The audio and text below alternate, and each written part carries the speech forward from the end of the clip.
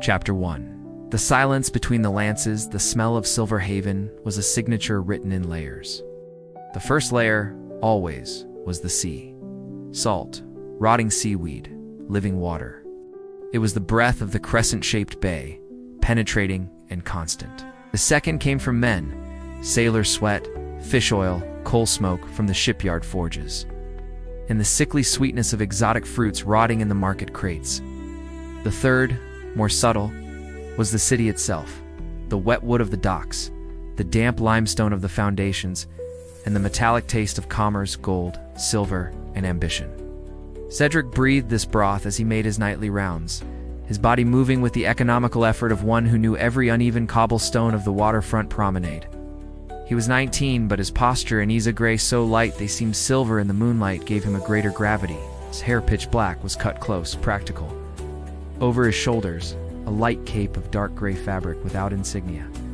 On his back, his weapon, a spear with a shaft of iron black, a dark, almost lusterless dwarven metal, with an elongated point that seemed to drink the light rather than reflect it. The long shadow, it was more than a tool. It was a silent extension of his will.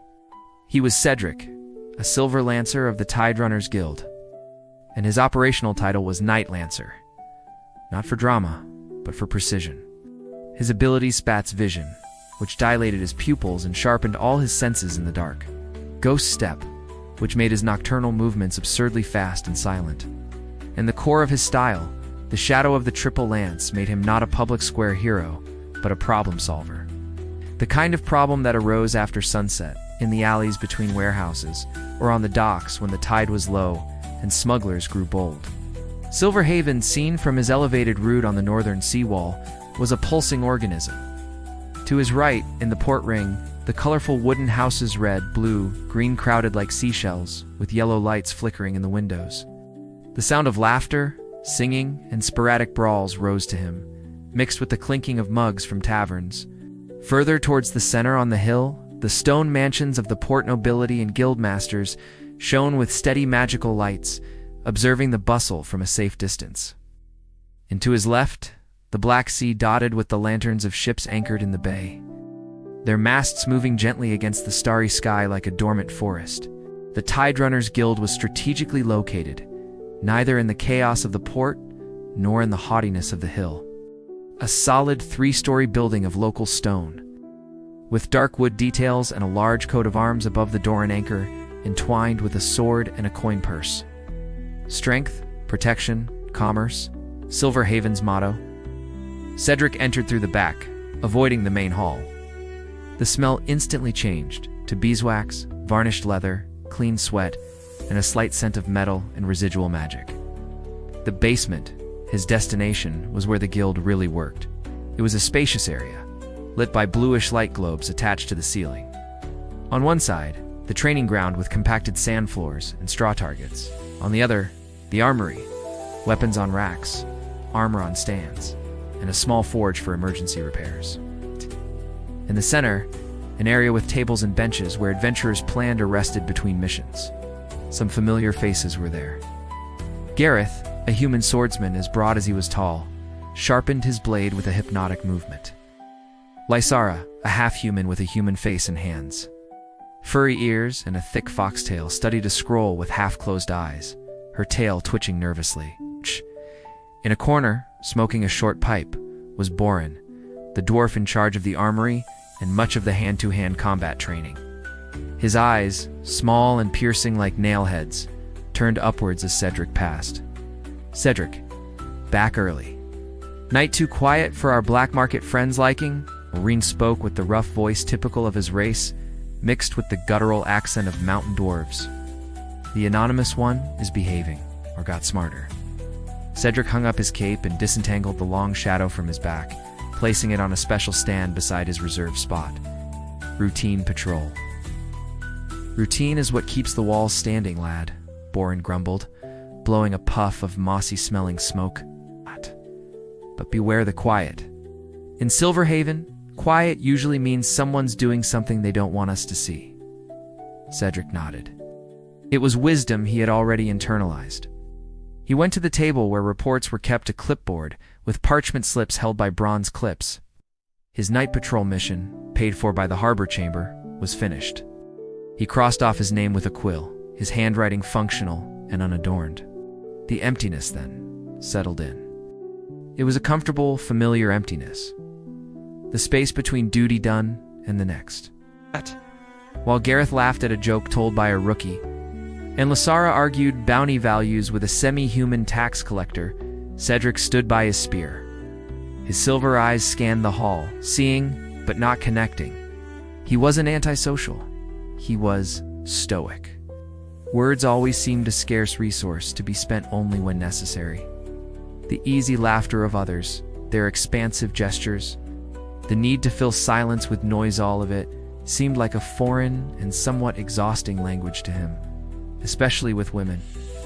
The few times he'd tried to get close, he'd been too direct, or too quiet, or simply absent. His life was the guild, the spear, the night, an efficient trinity that left no room for nuance. His deepest desire, the one he wouldn't even name aloud, was simple: to have someone with whom to share the silence without it being awkward. Someone to whom he wouldn't have to explain why he liked to watch the city from the seawall, or why the sound of the tide at night was more comforting than any tavern music. Thinking of spending your pay, Cedric? Lyra's voice snapped him out of his lethargy. She approached, her shrewd gaze examining him. I heard the Triton's Den has a new shipment of silk from Arcanum. Could match your dark eyes. My eyes are gray, he replied, literally. Lyra sighed, her ears lowering a bit in friendly frustration. It's a metaphor, Cedric. Poetry. You know that thing people use so they don't just talk about work and dead people? Poetry doesn't stop arrows or calm waves, he said, repeating an old sailor's saying. All right, man of action, she shrugged, her tail giving a slight twirl. Just saying. Silver pay is good. You could live a little outside of here. He nodded, an almost imperceptible movement. She was right, he knew. The pay was piling up in his guild bank account. But for what? He didn't drink much, didn't gamble, his needs were Spartan. Emptiness wasn't filled by gold. He decided to leave. The night air, even heavy, was better than the noisy silence of the basement. He picked up his cape, but left the spear. In the lower city at night, carrying it openly was as much a warning as protection. He preferred to go unnoticed. He went down the steep slope, connecting the guild district to the port ring. The atmosphere changed drastically. Here the crowd was dense, noisy, vibrant. Sailors of all races, humans with sunburned faces, lizard men with scales shining in the lamplight, semi-humans with marine features mingled with merchants, artisans, and passing adventurers. Silverhaven's trade tongue, a melting pot of dialects, filled the air. He passed through the candle market, still open, with its colorful awnings and vendors hawking spices, enchanted ship parts, dubious potions, and street food. The smell of grilled fish with lemon and mermaid pepper made his stomach rumble slightly. He went to a familiar stall run by a one-eyed old lizard man. Usual, Cedric, vendor growled, his scaly hands already handling a silver fish. Yes, Master Mollusk. Usual. Grilled fish, no extra sauce, in a parchment paper cone. As he waited, his eyes automatically scanned the crowd, looking for cut purses, disagreements that could turn into brawls, or the suspicious glint of a poisoned dagger. Vigilance was a professional vice. That's when he saw her.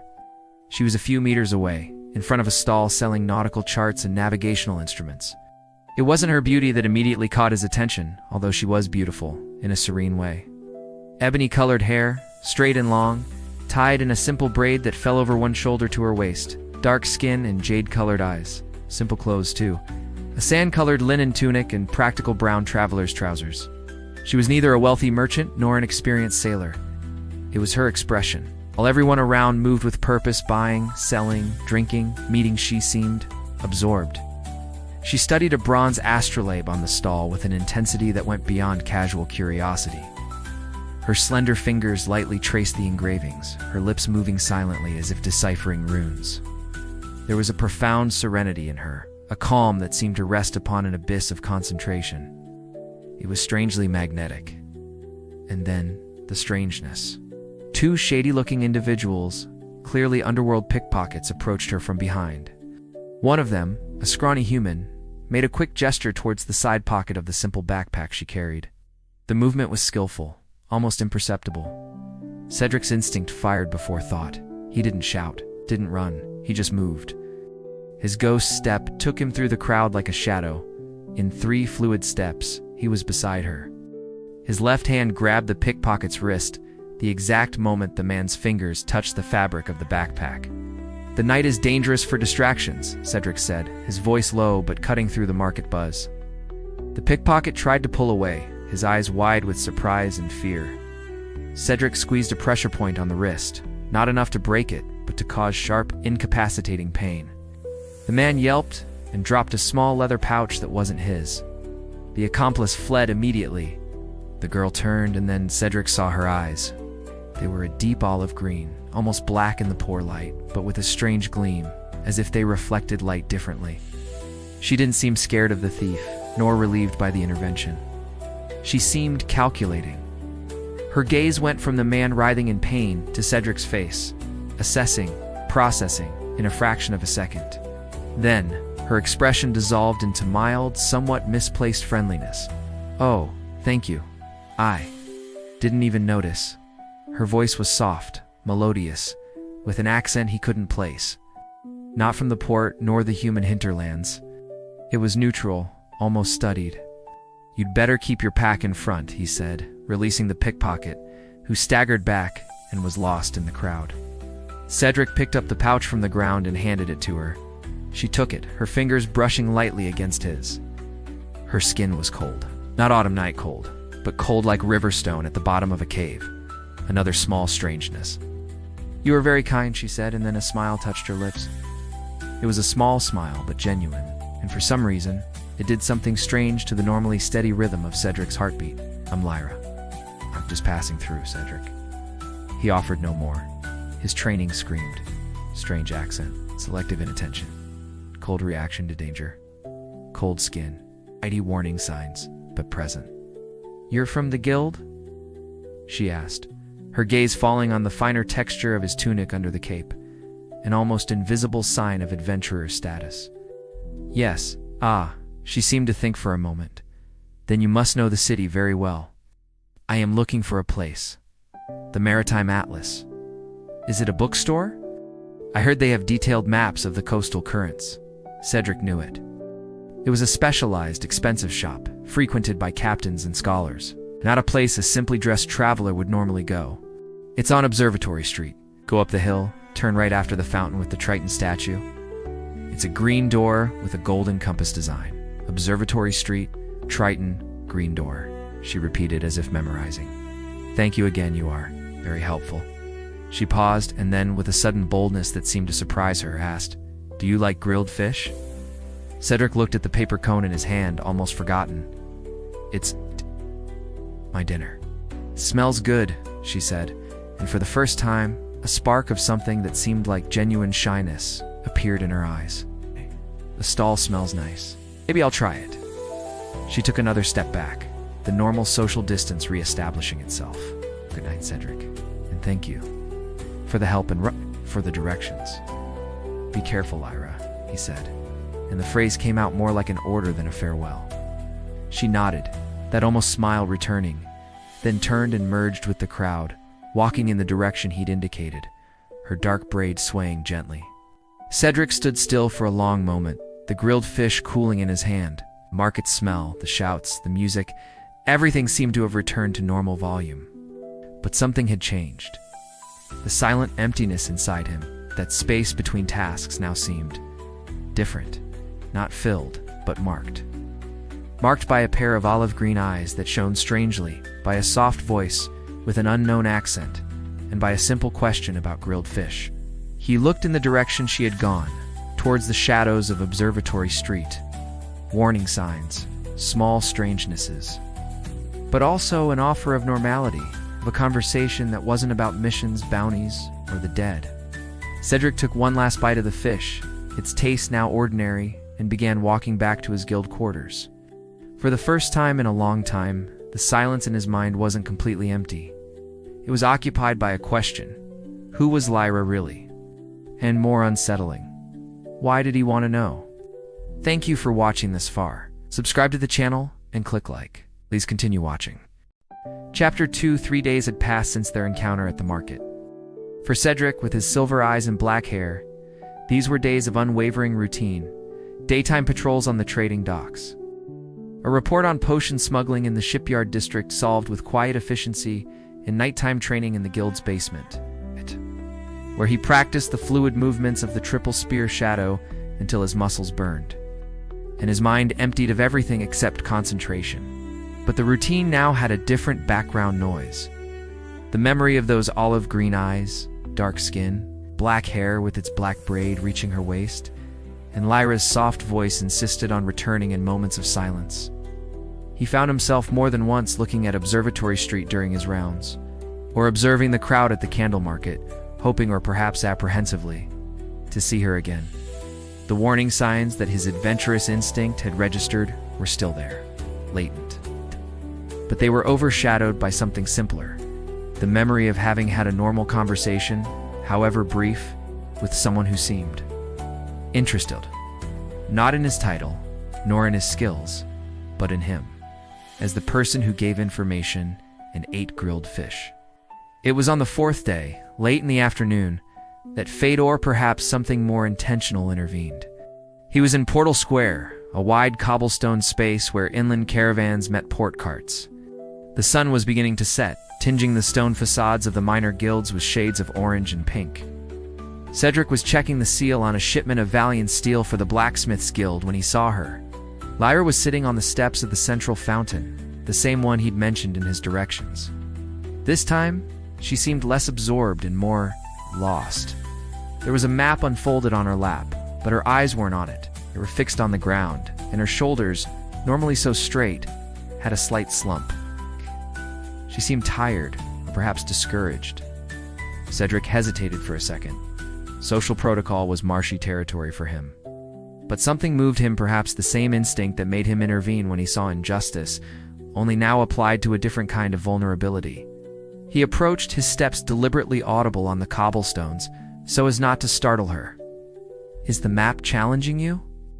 She looked up quickly, and for a split second, he saw something in her eyes that wasn't tiredness, but an intense, almost predatory alertness. Then the expression dissolved into recognition and that mild serenity. "Cedric, hello." A small, tired smile appeared. "Actually, the map is correct. I'm the one who's a bit overwhelmed. Silverhaven is bigger and more complex than I imagined." "It's a city you conquer layer by layer," he said, stopping at a respectful distance like an onion or a shipwreck. She laughed, a soft, genuine sound that did something strange and pleasant in Cedric's chest. A not very romantic analogy, but accurate. "Are you always so direct?" "It's efficient." "And where is efficiency taking you now?" she asked, folding the map carefully. "My patrol is over. On my way to my quarters." "Ah," she paused, looking at the changing sky. "I heard about a place, the Sirens Lookout. They say the sunset view from there is efficient for calming the mind." There was a glint of mischief in her eyes as she used his own word against him. Cedric knew the lookout. It was a natural cliff on the eastern edge of the bay, accessed by a staircase carved into the rock with a small pavilion on top. It was a meeting spot for couples, poets, and sailors about to set sail. Romantic. Exactly the kind of place he avoided. But he also saw the opportunity. The chance to clarify the strangenesses. To see if Lyra was just a disoriented traveler or something more. And a smaller but insistent part admitted the chance to prolong that feeling of normality. "It's a 20-minute walk," he said. "The staircase is steep. My legs are rested," she replied, standing up. "And I could use an efficient guide." The path to the lookout took them away from the port's bustle, through narrower, more residential streets, where the smell of home cooking replaced that of fish. They walked in silence for a while, a silence that, to Cedric's surprise, wasn't awkward. It was comfortable. He pointed out occasional landmarks in his characteristic monotone. "This is where a lesser kraken beached 50 years ago. The stain on the rock is still there. That tavern serves the best clam chowder in the city, but the owner lies about the prices." Lyra listened, her eyes absorbing everything. She asked pointed questions, but never invasive ones. "And the dwarves? Do they come here much?" How does the guild handle conflicts between sailors of different races? Little by little, Cedric loosened up. The words, always so economical, began to flow more naturally. He talked about Boren, the dwarf from the armory, and his zero tolerance for laziness. He talked about how Bat's vision made new moon nights as clear as day for him. He talked, with a rare touch of passion, about the unique sound the long shadow made, cutting through the damp night air. Lyra, for her part, said little about herself. She said she was from a distant archipelago, a place of few people and many sea caves. She spoke of the sea with a deep familiarity, describing currents and tidal patterns with a precision that impressed even Cedric. But when he asked for details and names, what life was like there, her answers became vague, evasive. Are there complicated names in our language? It's a simple life, little to tell. Another strangeness, Yes. but wrapped in so much genuine attention to what he said that it was easy to ignore. Finally, they reached the base of the staircase. The climb was steep, hewn into the cliff, with thick rope handrails. Lyra didn't complain. She climbed with surprising agility, her movements graceful and balanced. Cedric, behind her, noticed how she seemed to almost glide over the steps with no apparent effort.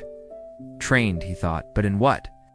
At the top, the spectacle greeted them, and even stoic Cedric felt his breath catch for an instant.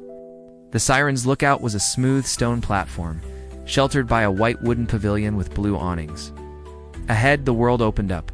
Silverhaven's crescent-shaped bay curved below them, city's lights beginning to twinkle like fireflies against the twilight. The imposing northern fleet was anchored further out, their huge warships with furled sails looking like sleeping creatures. And beyond, the silver sea stretched to the horizon, merging with the sky in shades of lavender, pink, and gold. The wind here was constant, clean, carrying only the pure scent of the ocean and salt. "It's effective," Cedric admitted, his voice softer. "It's beautiful," Lyra whispered, standing at the edge, the wind playing with her braid. She seemed different there. More relaxed, less a traveler and more part of the landscape. The sunset light painted her profile with golden outlines, and for a moment she seemed as ethereal and distant as the horizon itself. They sat on the stone bench under the pavilion, side by side, watching in silence. The city's noise was a distant murmur, muffled by the wind and the constant roar of waves crashing on the rocks below. "Do you miss the sea?" Cedric asked after a while, remembering how she'd spoken of her archipelago. She was quiet for so long he thought she hadn't heard. Then she said, her voice almost carried away by the wind, "I miss the depth, the quiet darkness down there, the pressure that envelops you and makes you feel real. The surface is too noisy, too full of intentions."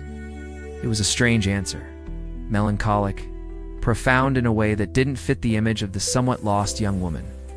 Cedric looked at her. She was staring at the horizon, and there was a sadness in her eyes, a longing that seemed ossified. "Silverhaven has depth too," he offered, not knowing quite how to console. "On the docks at night, and the stories the old sailors tell, even in the guild, there are layers in everything." She turned her head to look at him, and this time, there was no mask. Just a deep curiosity and a vulnerability that made his heart tighten. "And you, Cedric? In which layer do you live?" The question caught him off guard. No one had ever asked him something like that. "I live in the layer that keeps the others safe. On the line between light and darkness, it's where a night lancer belongs." "Sounds lonely." He faced the sea. "It is, but it's a loneliness I understand. It's ordered." "Ordered," she repeated, as if savoring the word. Yes, that must be good, to have order, clear purpose. There was a yearning in her voice that went beyond Cedric's understanding. The sun dipped into the sea, a final explosion of fiery orange before night truly began to settle. The first stars twinkled timidly. "I should go," Lyra said, but didn't move.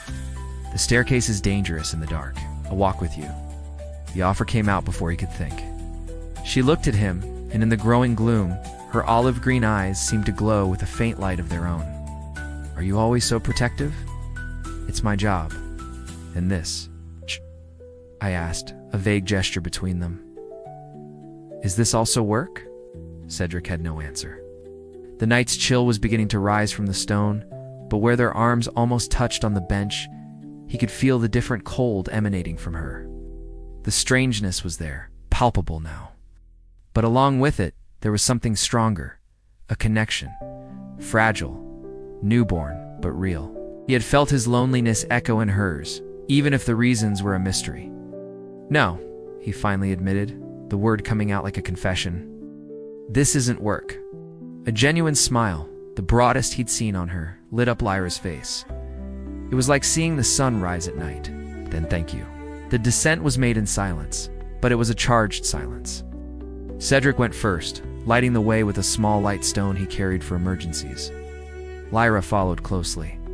When they reached the base, in the safety of the lantern-lit streets, she stopped. "Perhaps," she began, hesitant, "perhaps we could do this again. Watch the sunset. Or just walk. No maps this time." Cedric felt a knot of anxiety and anticipation form in his stomach. The warning signs buzzed, but they were drowned out by the sound of his own voice saying, "I'd like that on Friday." She suggested same place, same time. Agreed. She reached out a hand, not for a handshake, but as if to touch his arm, but then hesitated and let it drop. "Until Friday, then Cedric." She turned and disappeared down a side street towards the cheaper boarding house districts. Cedric stood still, the night's chill finally reaching him completely. He looked at the dark staircase leading to the lookout, now just a shadow against the cliff. Something had changed inside him. The ordered emptiness was now disordered, filled with a warm confusion of doubts, attraction, and a disquieting feeling that he was approaching a precipice as dangerous as any dungeon. But for the first time, he didn't care about the danger. He just wanted Friday to come. Meanwhile, in a dark, damp room in a cheap boarding house near the sewers, Lyra closed the door behind her and let out a long, trembling sigh. She leaned her forehead against the cold wood, her eyes squeezed shut. In the darkness behind her eyelids, she didn't see the beautiful sunset. She saw the warships of the Northern Fleet, anchored and vulnerable. She saw the stern faces of her superiors. She heard the inescapable whisper of the mission that had brought her to Silverhaven. And then, she saw the stoic face of Cedric, lit by the last light of day, his silver eyes reflecting the sea. His honesty, the loneliness he carried with such pride. She opened her eyes, and they flashed for an instant with a pure demonic magic, gleam a deep, sinister copper red, before returning to olive green. "What am I doing?" she whispered to the empty room, her voice full of rending conflict. But there was no answer. Only the distant echo of the waves and the unbearable weight of two loyalties, pulling her in opposite directions. Thank you for watching this far. Subscribe to the channel and click like. Please continue watching. Chapter 3. The Whisper Before the Scream. Friday arrived with a clear sky and a sun that promised a spectacular sunset. For Cedric, with his silver eyes and black hair, the days between the meeting at the lookout and that moment were a strange and new experience, an anticipatory anxiety. Not the acute anxiety of an ambush, but a constant buzzing, a gentle restlessness that tinged his routine. He found himself polishing the long shadow with extra care, questioning if his most neutral tunic was clean enough. It always was, and even exchanged an extra word with Boren in the armory, which earned him a suspicious look and a comment about lads with their heads in the clouds. As the hour approached, Cedric decided not to go straight to the lookout. Instead, he took a detour through the Old Anchor's Market, a smaller fair selling trinkets, simple jewelry, and sea souvenirs. His silver eyes, trained to find threats, scanned the stalls until he found what he was looking for: a small piece of sea amber. Inside the golden, translucent resin, a tiny, perfect starfish was preserved forever. It was simple, cheap, and of a silent beauty. It reminded him of the sea she seemed to love so much, and of the feeling of something fragile and precious being protected. He bought it, tucking it into a small leather pouch inside his jerkin. He had no plan to give it to her, just felt he should have it with him. Lyra was already at the bottom of the stairs when he arrived. This time she wore a simple navy blue linen dress, a little more elegant than her traveling clothes, and her hair was loose, falling in dark waves over her shoulders. That dark skin, and her jade eyes. She smiled when she saw him, and the smile reached her eyes, softening that strange, deep glint that sometimes appeared. "I thought maybe you'd changed your mind," she said, her tone light, playful. "A Knight Lancer keeps his commitment," he replied, but the corner of his mouth twitched in a near smile. and the sky promises a good show. The climb was easier, more familiar. This time they talked, Cedric told, with his habitual economy of words, about a disastrous training session with Gareth, where the swordsman accidentally broke a training post and nearly demolished a wall. Lyra laughed, a clear sound that echoed softly off the cliff. She, in turn, talked a bit more about her archipelago. She described black sand beaches, bioluminescence in sea caves at night, and the sound of wind whistling through stone arches. But she always stopped before giving a name, a location. Instead, she asked more questions about Silverhaven. About the Coastal Guard patrol schedules, a question Cedric answered generically, out of professional instinct, about the activity in the busiest shipyards, about the logistics of supplying the Northern Fleet. The questions were intelligent, insightful, too insightful for a simple, curious traveler. Cedric felt the old alert instinct tingle, but then she'd steer the subject away, asking if he liked music or what his favorite market food was besides grilled fish. And the suspicion would dissolve in the simple pleasure of conversation. At the top, the lookout was once again breathtaking. They sat on the same bench, but this time the distance between them was smaller, almost imperceptible. The sunset painted the world in hues of honey and amber, and for a long time they were silent, watching the transition from day to night.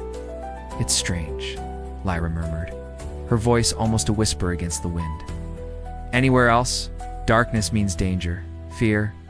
But here, seeing the city lights turn on one by one, it feels cozy, as if night were a blanket, not a threat." "For me, night was never a threat," Cedric said, looking at her instead of the horizon. "It's my element. It's when everything becomes clearer, the false noises disappear. Only the true sounds remain." "And what are the true sounds?" she asked, turning to face him. In the twilight, her eyes seemed enormous, deep. The wind in ship rigging, the water slapping against dock pilings, the footsteps of a tired guard, the sigh of someone who thinks they're alone. He paused. "Now the sound of your voice." The statement, so direct and unintentionally poetic, hung in the air between them. Lyra seemed surprised, then deeply moved. Her lips parted slightly, but no sound came out. Instead, her eyes filled with a sadness so intense and sudden that a chill ran down Cedric's spine. "Lyra?" he asked, his voice laden with concern. She blinked, and the emotion was swept away, replaced by a smooth, slightly forced expression. "It's just, that's a beautiful thing to say, Cedric. Shh. No one has ever said anything like that to me." He didn't know how to respond. Instead, his hand found the leather pouch in his jerkin. He took it out, hesitated for a second, then held it out to her. "I saw this and thought of you, of the depth you miss." She looked at the pouch, then at his face, with an expression of disbelief. Slowly, with a reverence that seemed ceremonial, she took the pouch, opened it, and let the amber pendant drop into her palm. The little starfish inside glowed softly with the last of the daylight. "Cedric," she whispered, her voice choked. She closed her hand around the pendant, clutching it tightly to her chest. When she looked at him again, there were tears glittering on her lashes, but she was smiling, a sad, beautiful, devastating smile. It was perfect. She leaned forward, and for a moment of pure, blind panic, Cedric thought she was going to kiss him. His body froze, every muscle tensed between desire and fear of the unknown. But she stopped inches from his face, her cold breath touching his skin. Instead, she raised her free hand and lightly touched his face, her cold fingers tracing the line of his jaw. "Thank you," she whispered, and there was a world of meaning in that simple word. "Thank you for the kindness, for the shared silence, for the pendant, for making her feel seen, not as a tool or a stranger, but as Lyra." Then she pulled away, as if burned, and looked out at the dark sea now swallowing the horizon. "I don't deserve this," she said, so low he almost didn't hear. "Everyone deserves a moment of beauty," he said, the phrase sounding strange and awkward in his own ears, but deeply sincere. She laughed, a broken sound. "You are a good man, Cedric. True man. In a world of shadows and lies, you are solid. Like the stone of this cliff." He wanted to ask what she meant, wanted to ask her to explain the sadness, the evasions, the cold of her skin, but the words didn't come. Instead, he felt a wave of protectiveness, as strong as any combat instinct. "Whatever is haunting you, Lyra, you're not alone." She closed her eyes, and a single tear escaped, tracing a path down her pale cheek. "You don't know what you're saying," she whispered. "And I wish so much it were true." In that moment, under the first stars with the sound of waves as the soundtrack, Cedric realized he had fallen in a way no training could have prepared him for. His quietness had found hers, and in the space between them, something fragile and dangerous had blossomed. He didn't know who she really was. He only knew that the emptiness he'd carried for so long now had a name. And that name was Lyra. And that he would do anything to protect that fragile thread of connection. What he didn't see, as he helped Lyra descend the staircase in the dusk, was the hunched figure watching them from afar, from the shadows of an abandoned warehouse. A hooded man whose eyes glowed with the same strange copper-amber gleam in the dark. He watched the couple separate, Lyra going one way, Cedric another.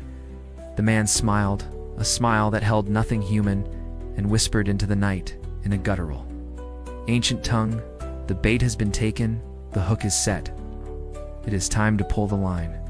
The romance had reached its sweet, melancholic peak. The wind blowing from the sea now carried not only salt, but the first, almost imperceptible smell of a storm. Thank you for watching this far. Subscribe to the channel and click like. Please continue watching. Chapter 4. The Hook and the Sting. The memory of her dark skin, her black hair with its braid reaching her waist, her green eyes, the feel of her hands. The cold touch of Lyra on his face lingered with Cedric, making his silver eyes gleam for days, like a ghostly memory. The weight of the amber pendant he had given her, and the deep sadness in her eyes upon receiving. It created a different kind of unease within him. It was no longer just attraction or curiosity. It was genuine concern.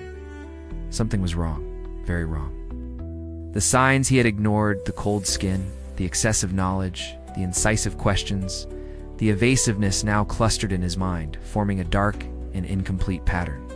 He decided to investigate, not as a guild adventurer, but as Cedric, using his Night Lancer skills for a personal end for the first time. Following Lyra wasn't easy. She was cautious. Her path through the city seemed random, but always led to strategic observation points. Lookouts over the shipyards, alleys with views of naval depots, taverns frequented by sailors of the Northern Fleet. On the third day, things escalated.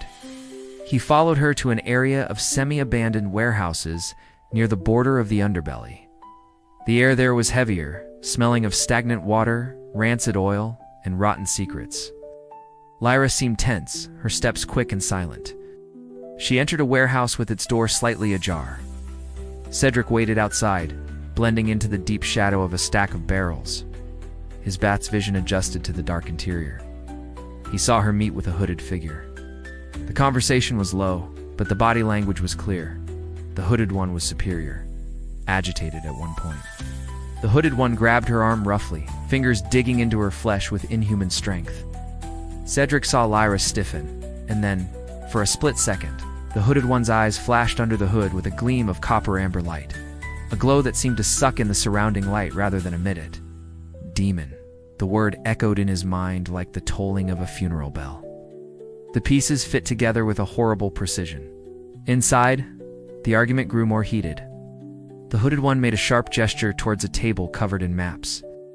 Lyra nodded, resigned, but her shoulders were rigid. The hooded one released her and, turning to leave through a back door, snapped his fingers towards the shadows in the corner of the warehouse.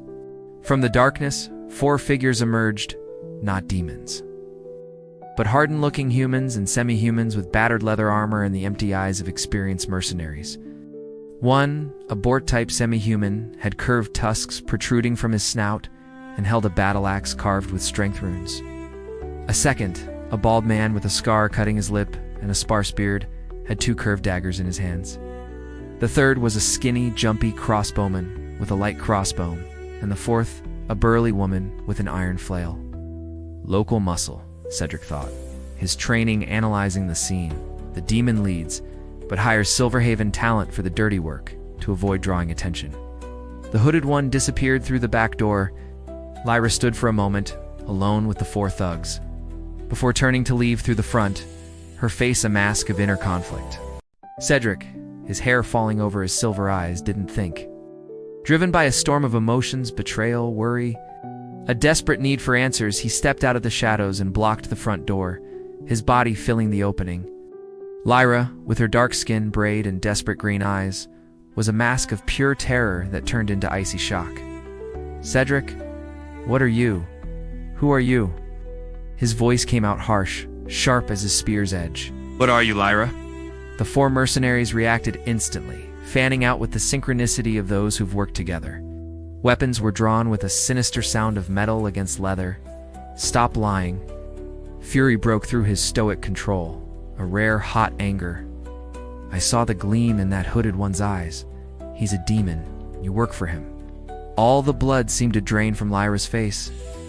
The mask of the disoriented traveler fell away, revealing the woman beneath.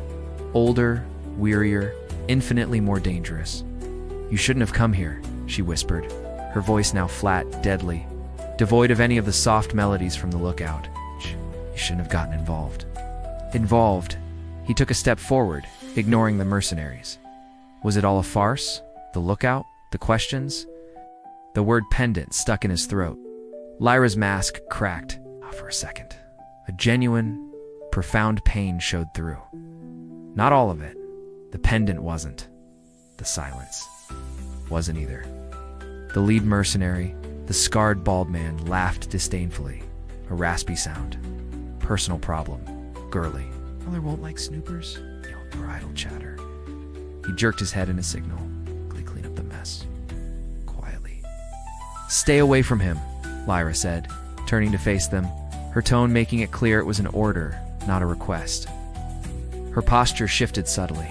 Her feet adjusted, her shoulders relaxed into a fluid readiness that Cedric recognized. Advanced martial training. "Boss's orders are clear." The boar semi-human grunted, his voice a guttural snarl. "Security first. This one's a risk. Eliminate." "Caller didn't order that," Lyra argued, but there was a tremor of uncertainty in her voice, as if she didn't believe it herself.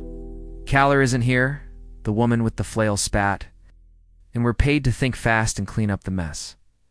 They advanced, ignoring Lyra, focusing on Cedric. Cedric was unarmed. The long shadow was in his quarters. But he was a silver lancer and rage was powerful fuel. When the boar man attacked, a horizontal axe swing meant to cut him in half, Cedric was no longer there. His ghost step took him backwards into the loading yard, an open space of uneven stone and stinking puddles. He needed space, distance. "Stop," Lyra yelled, but was ignored. The bald man and the woman tried to flank him. Cedric fought with the icy fury of the betrayed. Atia dodged a low thrust from the bald man's daggers. Used the momentum of the woman's heavy flail swing to guide it into a stack of crates, which exploded into splinters. But the bald man was experienced. As Cedric recovered from the dodge, a punch with the dagger's hilt slammed into Cedric's ribs with a dull thud. A sharp, nauseating pain exploded in his side, making him gasp and stagger back. Across the yard, a dry impact sound, like a thick branch breaking, and a muffled animal cry of pain drew attention. The boar mercenary was on his knees, holding an arm now twisted at a grotesque, unnatural angle. Lyra stood before him, her hand still extended in the finishing position of a palm strike. No visible magic, just an application of brutal force, precision, and technique, disproportionate to her slender frame. Her eyes, however, glowed with a fierce concentration, and the air around her seemed to vibrate faintly, like over a furnace. "I warned you," she said, her voice as cold as her skin. That's when the demon reappeared. Not from the back door, but from the very shadows of the yard, as if he were made of them. Caller pushed his hood back, revealing a face of austere features. Skin with a pale blue-gray hue, and eyes that were pure pits of incandescent amber. His physical presence was unremarkable, but his spiritual presence was overwhelming. A chill swept through the yard, not a chill from the wind, but a cold that came from within, sucking the vital warmth from the air. Puddles on the ground grew a thin, black frost at their edges. Cedric's breath formed white clouds before his face. The remaining mercenaries hesitated, their faces pale with a primitive fear.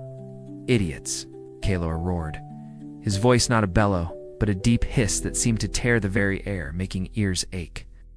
You weak half-blood! Control your sentimental insubordination? They were going to kill him, Lyra shouted back, but her voice sounded small against the suffocating pressure Kaler emanated. She positioned herself again between the demon and Cedric, who was struggling to breathe through the pain in his ribs. Kaler roared, and this time the sound came with a wave of force that made the stones on the ground tremble. One human, more or less, is a grain of sand in the desert. The mission is everything. He raised a bare hand, and the long, pale fingers contorted into a complex gesture. The air around him darkened and distorted as if seen through broken, dirty glass. Primal, overwhelming, deeply wrong energy began to gather in his palm, a tiny, silent vortex of pure shadow and corrupted amber light. The cold intensified until it hurt. Cedric felt his muscles grow heavy, his mind slow, as if despair itself was solidifying around him. Lyra saw, and the desperation on her face transformed into a cold steel determination. She knew Cedric wouldn't survive a direct attack from Kaler. No one in that yard would. "Run, Cedric!" She screamed, and then turned to face Kaler, no longer as a subordinate, but as an adversary. Her body seemed to glow with a faint silver halo for an instant, a stark contrast to the demon's darkness. "Your mission ends here, Kaler. Traitor!" The demon shrieked, and the concentrated energy in his hand discharged. It wasn't a bolt, but a blade of compacted darkness and absolute cold, silent and lethally fast. Lyra didn't try to block. She dodged, not with the human agility of Cedric's ghost step, but with a fluidity that was pure demonic instinct, movement that slid between the spaces of reality. Shadowblade passed by her, missing by centimeters, and hit the stone wall of the warehouse behind. There was no explosion. The stone simply disintegrated into a fine black powder, silently leaving a smooth, deep hole. Meanwhile, Cedric's life hung on seconds. The crossbowman, recovering from the fear, aimed at him. Cedric rolled to the side. The crossbow fired, and the bolt grazed his arm. The woman with the flail lunged, her face a mask of hatred. Cedric, fighting the pain and paralyzing cold, grabbed a broken piece of wood from a barrel. It wasn't a spear, but it would serve. He entered the flow state of combat, his mind silencing the emotional turmoil. When the flail came down in an arc, he used the most basic technique of the shadow of the triple lance knot to create wind slashes, but to create an illusion of movement. The tip of wood seemed to thrust at 3 points simultaneously: shoulder, stomach, knee. The woman staggered back, grunting in surprise and pain, the blow to her knee making her stumble. That's when reinforcements arrived. From the main alley, a massive mass of muscle and steel burst forth, followed by a roar of defiance. It was Gareth, the guild's swordsman, his hair and beard red, his broad blade already at the ready. Right behind him, with feline movements and his bow already drawn, came Lyra, the half-human with a human face and hands and fox ears and tail, and a third, a young novice human sharpshooter named Leo, with a heavy crossbow in his trembling but determined hands. "Looks like the party started without us," Gareth bellowed, quickly assessing the scene. Cedric wounded, 2 mercenaries standing, the bald man and the crossbowman. A boar man down, a woman limping, and the terrifying spectacle of Lyra facing a creature that made the air tremble. Kaler, pressured by Lyra, who now attacked with a series of open-hand strikes and low kicks that seemed to destabilize the energy around. Himan, seeing reinforcements, swore a guttural oath in an ancient tongue that made ears bleed. "Insignificance. Retreat. The operation is compromised." With a sharp motion, he tried to create a curtain of shadows and amber smoke around him. Lyra, panting, sweating a cold sweat that gleamed on her brow, saw an opening. "Cedric," she yelled, not taking her eyes off Kaler. But the demon wasn't fleeing without final vengeance. From within the forming smoke curtain, his copper-amber eyes fixed not on Lyra, but on Leo, the rookie who was trying to aim his heavy crossbow, too scared to shoot. A sacrifice to mark the failure, Kaler's voice echoed, distorted. A thin jet of corrosive energy, fast as thought and silent as death, shot from the smoke, not aimed at Leo, but in a calculated arc to hit Cedric, who was moving to help Gareth engage the bald mercenary. Lyra saw the trajectory, saw Cedric, focused on the enemy before him, completely exposed. There was no time for a warning, for an elaborate shout. There was only the deepest instinct, the one she had denied in herself since she'd set foot in Silverhaven. She threw herself. It wasn't a graceful movement. It was desperate, brutal. She launched herself into the path of the jet, twisting in the air to put her body as a shield. The impact was horrific.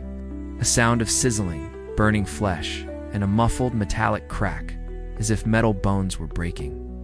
The jet hit her full force in the left shoulder. Lyra was thrown back like a rag doll, landing on her knees with a dull thud. She didn't scream. She let out a choked hoarse groan of pure agony and surprise. The amber light of the magic clung to the wound like a living thing, corroding, smoking. The skin and tissue around it weren't burned, they were necrotized, turned into a black, shiny crust, with sinister veins of pulsating amber radiating from it. The cold emanating from the wound was even more intense than Calor's. Lyra, Cedric's cry was rending, torn from the depths of his soul. Forgot the mercenary, forgot the pain, forgot everything. Calor vanished completely into the smoke, which began to dissipate rapidly, taking with him the two still conscious mercenaries who, seeing their chance, fled into the shadows. The bald mercenary, seeing the distraction, saw his chance. With a sneaky motion, he threw one of his daggers, not at Cedric, but at Leo, the rookie, whose attention was fixed on the terrible scene of Lyra. "Leo, get down." "What?" Lyra shouted, pulling her bowstring. It was too late. The dagger found its mark with a wet sound, embedding itself in the young sharpshooter's throat. Leo made a choking noise, his eyes wide with disbelief. He fell to his knees, then onto his side, the heavy crossbow clattering beside him. Life drained from his eyes in seconds, a dark red river staining the yardstones. "No!" Gareth roared, a mix of fury and grief. He charged the bald mercenary with brutal force, dodging a desperate lunge and burying his broadsword in the man's torso with a blow that nearly cleaved him in two. The mercenary fell dead before he hit the ground. A heavy, horrible silence fell over the yard, broken only by the sound of distant crackling fire and Lyra's low, continuous moan. Cedric ran to her, falling to his knees beside her, his hands hovering over the hideous wound, powerless. The smell was of burnt flesh, ozone, and something metallic and sweet, nauseating. "Why?" he pleaded, his voice a thread of sound. "Why?" Lyra lifted her face. She was pale as death, beads of cold sweat running down her temples. Pain was carved into every feature, but also a strange relief, a terrible peace. Because the pendant was real, she whispered, each word costing immense effort, coming through clenched teeth, and because a monster can also choose not to be a monster. Sometimes a spasm of pain racked her and she choked, only for a moment. Her olive green eyes met his, and for the last time, without masks, without lies, he saw the girl from the lookout, the one who yearned for depth. Go to the guild, he'll forget. This night, she attempted a smile which turned into a rictus of agony. "Forget me!" "I can't," he said, and tears of rage, pain, and impotence he didn't know he possessed burned in his eyes. Lyra closed her eyes for a moment, concentrating. Then, with a tremor that seemed to come from her bones, she forced herself to stand, rejecting his helping hand. It was an agonizingly slow, nearly impossible movement. Blooded dark, almost black blood with amber reflections dripped down her arm, spattering on the ground where it created small smoking patches. "You have to." She looked at Gareth, who stood by Leo's body, his face a mask of contained grief, and at Lyra, who watched paralyzed, her bow fallen aside. "Take him, please, and I'm sorry for the boy." Then, before Cedric could react, before the pain or blood loss could fell her completely, Lyra turned and staggered.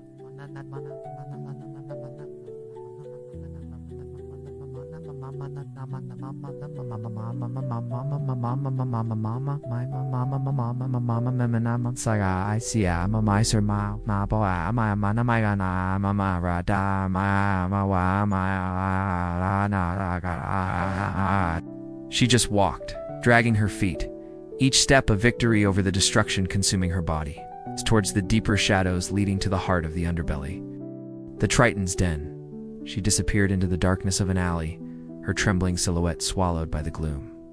Cedric tried to follow, but Gareth's firm, heavy hands held him back. "She's going where we can't follow, lad. Not like this. Not in that state." Gareth's voice was hoarse. "She's already dead. Just doesn't know it yet." Lyra approached, her gaze following the empty alley. A half-demon with a heart, or the scraps of one. She shook her head, looking at Leo's body. And one of us with none anymore. Cedric stood still, staring at the emptiness where she had been. Her shoulder corrupted by her own people's power to save him. The final sacrifice that answered all his questions and created 1,000 more painful ones. The price stained on the ground beside Leo's body was too high. Gareth let out a sigh that seemed to come from a cavern. "Let's go. We need to take Leo home, and you need a healer and a report. The Archduke will want to know about demonic activity in his port, about casualties." Cedric said nothing more. He let himself be led away from the yard of death. The night his old ally had witnessed his complete ruin, he had found something to fill his emptiness, and that something had left him with a new hole, shaped like a burned shoulder. Green eyes full of tragic courage, and the lifeless face of a boy who just wanted to be an adventurer. The hook of truth was set deep in his soul, as the sting hurt more than any blade, for it brought with it not only the pain of loss, but the eternal burden of a blood debt, and a sacrifice that could never be repaid. Thank you for watching this far. Subscribe to the channel and click like. Please continue watching. Chapter 5. The Tide That Takes. The memory that remains. Pain was a constant companion in the days that followed. The physical pain of fractured ribs and stitches in her arm, treated with herbs and minor magic by Elias, the guild's healer. And the other pain, deeper, that no potion could cure the pain in her shoulder. In her dark skin, in her determined green eyes, in the black braid that reached Lyra's waist.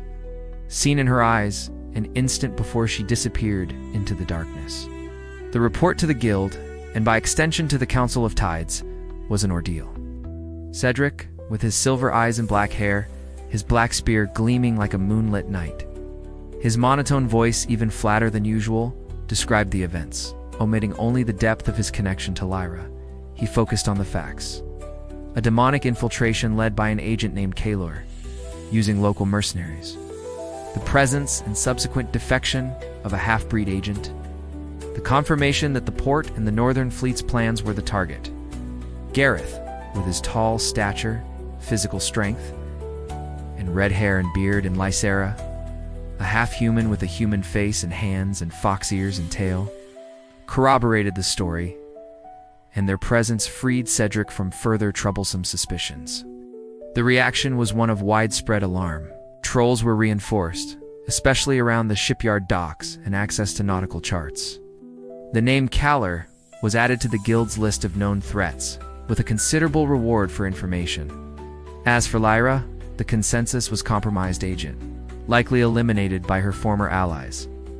For them, the case was closed, a risk neutralized. For Cedric, it was all still open, bleeding. He returned to the lookout, alone, the next day. The place was empty, the wind whistling a lonely tune through the pavilion. The stone bench felt cold and hostile. He stood there, looking at the sea, trying to understand the storm inside him. Anger? Yes, for the lie. Fear? For what she might be going through. But above all, a sharp paradoxical longing for the one who had never completely existed, the Lyra who was part farce, part truth, and wholly the owner of a piece of his soul now. Borin, the dwarf from the armory, was the only one to approach the matter directly. Days later, while Cedric polished the long shadow with near-violent vigor. The demon girl, Borin grunted, not looking up from the forge where he was tempering a blade. "She spared you." Cedric stopped, his jaw muscles tightening. "She spared herself from following an order." "Fool!" The dwarf looked at him, his small eyes wise. "A demon, even half-blood, doesn't spare itself." They obey or are destroyed. She chose to be destroyed. For you, he puffed on his pipe. Not every day a lancer earns a loyalty like that. Even from a human, it'd be rare. Keep it not as a wound, but as a locket, something heavy but worth carrying. The advice echoed in Cedric's mind. Locket. Not a burden of betrayal, but the weight of a sacrifice received. Slowly, he began to try and shift his perspective. The spy Lyra was real. The lookout Lyra was real too. The one who took Caller's jet was the sum of both.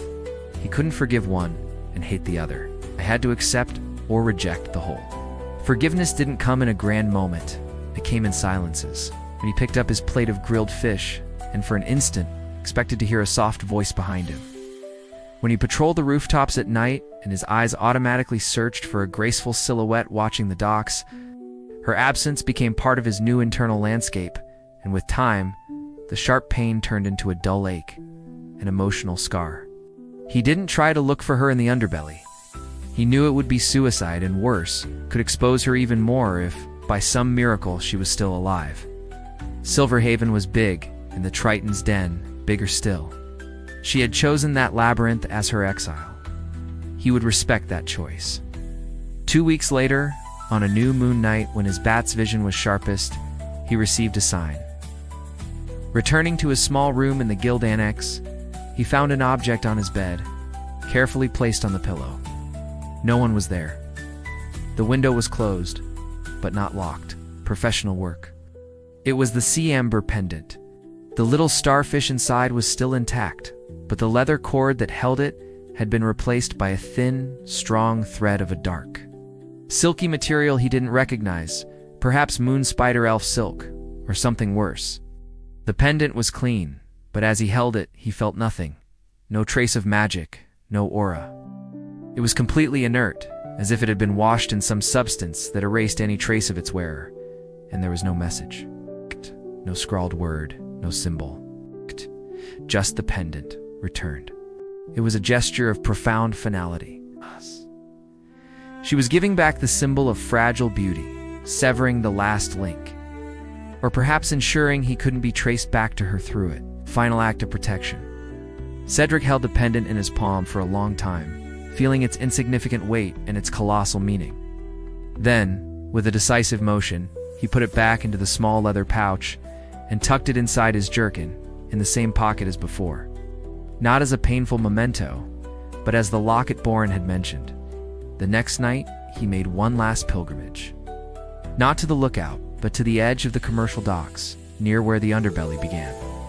The air reeked of rotten fish and tar, and the muffled sounds of illicit activity came from cracks and trapdoors. He stood, looking at the dark waters reflecting the dull lantern lights. "I don't know if you can hear me," he whispered, low enough for the wind to carry his words to the sea. "Not the wrong ears. I don't know what you are, other than someone who chose the harder side." He paused, the familiar pain tightening his chest, but now without the knife of betrayal. "Thank you for the pendant, for the truth you gave me, even if late, and for showing me that silence can be shared. I forgive you, Lyra, for everything, and I'm sorry. I'm sorry the world didn't have a place for us. There was no answer, of course. Only the slap of water against wooden pilings and the distant cry of a gull." But as he turned to leave, a light, cold breeze arose from nowhere, coming from the direction of the sea, brushing his face like a ghostly touch before vanishing. It could have just been the night wind shifting. Cedric chose to believe it wasn't. In the months that followed, Cedric changed, not drastically, for his stoic nature was his core. But he became less empty. The loneliness was now a chosen companion, not a sentence. He spoke a bit more with Gareth and Lyra, accepted a sip of ale with Boren after training. He even smiled sometimes at the rookie's antics. He became one of the guild's most reliable lancers. His reputation marred only by the whispered rumor of a complicated affair with a spy. The more perceptive saw in him a new depth, a resilience that went beyond the physical.